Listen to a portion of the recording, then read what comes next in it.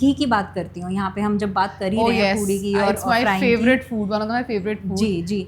और कई लोग सोचते हैं कि मेरे को इतने, मेरे क्लिनिक में लोग आते हैं और बोलते हैं कि मैम मैं तो बिल्कुल 2 ड्रॉप ऑयल से खाना बना लेती हूँ और फिर भी देखो मेरा वेट कम नहीं होता है। So let me tell you, घी खाने से वेट लॉस होता है, घी छोड़ने से वेट लॉस नहीं होता। पॉइंट टू चेक, घी खाने से वेट लॉस होता है। मैं बताती हूँ कैसे। Oh lovely. I tell you, I give you scientific reason उसके पीछे क्या है। जब भी आप घी, हमारे बॉडी में ना एक हार्मोन है लेप्टिन जो रिलीज होता है जब आपको सटाइटी, फुलनेस फील होती है कि मैंने खाना खा लिया, मुझे और खाना नहीं चाहिए। तो जो घी होता है वो आपको बेसिकली ऑयल्स अदर ये गैस्ट्रिक एम्प्टिंग को डिले करते हैं। जब भी आप कुछ खाते हो आप ज़्यादा समय तक फुल फील करते हो कि मैंने अब कुछ खाया हुआ है, मुझे कुछ अभी जल्दी खाने की जरूरत नहीं है, भूख जल्दी नहीं लगेगी। नहीं, करेक्ट। सो ये गैस्ट्रिक एम्प्टिंग को डिले करता है और इसकी वजह से हम ज़्यादा ऑफन नहीं खाते हैं। तो इसलिए आपकी सब्जी के ऊपर या आपकी रोटी के ऊपर घी होना चाहिए।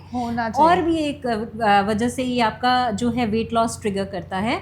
इसमें जो फैट सॉल्युबल विटामिन हमारे A, D, E and K, ये जो है हमें उसके लिए फैट चाहिए बॉडी में। और जब हमारी न्यूट्रिशनल या नरिशमेंट पूरी होगी, हमारे हार्मोन सारे बैलेंस में रहेंगे, हमारा नरिशमेंट लेवल ठीक रहेगा, body will feel better and cravings नहीं होगी। क्रेविंग्स, आई थिंक क्रेविंग्स भी क्योंकि इम्बैलेंस से ही ज़्यादा बिल्कुल ज़्यादा होती हैं। कई लोग खाते रहते हैं और फिर भी भूख लगती रहती है। बिल्कुल।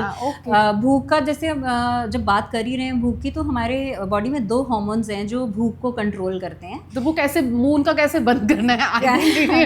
करेक्ट। तो एक गेरलिन होता है जो मेन जो हार्मोन होता है, वो हमारे को भूख का सिग्नल देता है, ब्रेन को जाके बोलता है कि भूख लगी है, मुझे खाना चाहिए, मुझे खाना चाहिए। और जो लेप्टिन है वो कहता है अब मैं फुल हूँ, मुझे खाना नहीं चाहिए। तो लेप्टिन को कैसे एक्टिवेट करना है? करेक्ट। तो क्या लेप्टिन के लिए तो सबसे पहले तो हमने ये देखना है कि गर्लिन को रिड्यूस कैसे करना है। उसको सुलाना दो, सुलाई दो उसको। कैसे? एक तो जो हम खाना खाते हैं उससे हमारे को सटाइटी होनी चाहिए, इसलिए जो तीनों जो हमारे खाने में प्रोटीन, फैट्स, कार्बोहाइड्रेट्स सब एक अच्छी मेजर्ड क्वांटिटी में ठीक तरीके से होना चाहिए। नहीं तो लोग आजकल कार्ब्स छोड़ते जा रहे हैं, रोटी खाते ही नहीं है, इस तरीके से फैट्स बिल्कुल छोड़ रहे हैं। तो अगर आपकी प्लेट एक अच्छी हेल्दी प्लेट होगी तो एक सटाइटी की feeling. So you can have carbs with proteins and fats, why not? वो कॉम्बिनेशन आजकल तो हो गया कि कार्ब्स रात को नहीं खाने चाहिए। एंड मैं थोड़ा सा अगर मैं आपको बताऊं तो नेचर में हर चीज़ में हर तीनों चीज़ें होती हैं जी। अगर आप कोई वेजिटेरियन सोर्स ऑफ प्रोटीन भी खा रहे हैं, जैसे अगर आप पनीर खा रहे हैं या आप दालें खा रहे हैं, तो उसमें कार्बोहाइड्रेट भी है, प्रोटीन भी है। ओनली एक चीज तो नहीं होती नेचर ने। ये तो सिर्फ हम जो फैक्ट्री मेड सप्लीमेंट्स बनाते हैं वो हम आइसोलेट या एक पर्टिकुलर एक चीज बनाते हैं। तो जब हम वो खा रहे हैं तो वो तीनों चीजें एक मेजर में खा ही रहे हैं। अगर हम non vegetarian source of protein लेते हैं, चिकन, वो साथ में फैट क्या आता है, अंडे खाते हैं उसके योग में भी फैट आता है। बिल्कुल, तो प्रोटीन के साथ साथ फैट प्रोटीन के साथ बिल्कुल आता है। बिल्कुल, दैट्स राइट। तो आप बता रहे थे उसको कैसे हाँ, तो एक तो ये भूखे नहीं रहना है बहुत, मतलब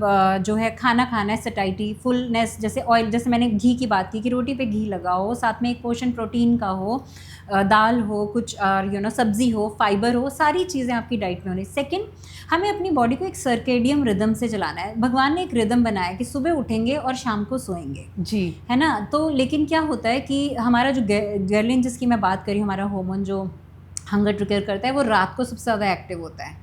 तो उस टाइम अगर हम सो रहे होते हैं तो we will not get up and go and get food. It is activated more at night. तभी रात को लोग बिंज ईटिंग करते हैं, early morning and Maggi and chips and all right. Stress से रिलेटेड है। अगर आप स्ट्रेस में है तब भी गर्लिन ज्यादा सिक्रीट होता है, आप खाते हो तभी हम बोलते हैं ना स्ट्रेस ईटिंग जो वर्ड आया है। जी जी जी जी। तो ये सारी, तो अगर आप सर्केडियम रिदम से चलेंगे, अपने सुबह सोएंगे, सुबह उठेंगे, रात को सोएंगे, अपना जो है ब्रेकफास्ट मील, जैसे मैंने बोला अर्ली मॉर्निंग, ये जो गर्लिन होता है ये नाइट में और अर्ली मॉर्निंग में ज़्यादा सिक्रीट होता है। तो फिर सुबह अपना अच्छा ब्रेकफास्ट करें, जैसे कहते हैं ब्रेकफास्ट लाइक अ किंग। हाँ, करेक्ट। एंड रात को फिर टाइम से हम अपना वी स्लीप, फिर एक्सरसाइज करिए, वॉक करिए, बाहर धूप में जाइए, है ना।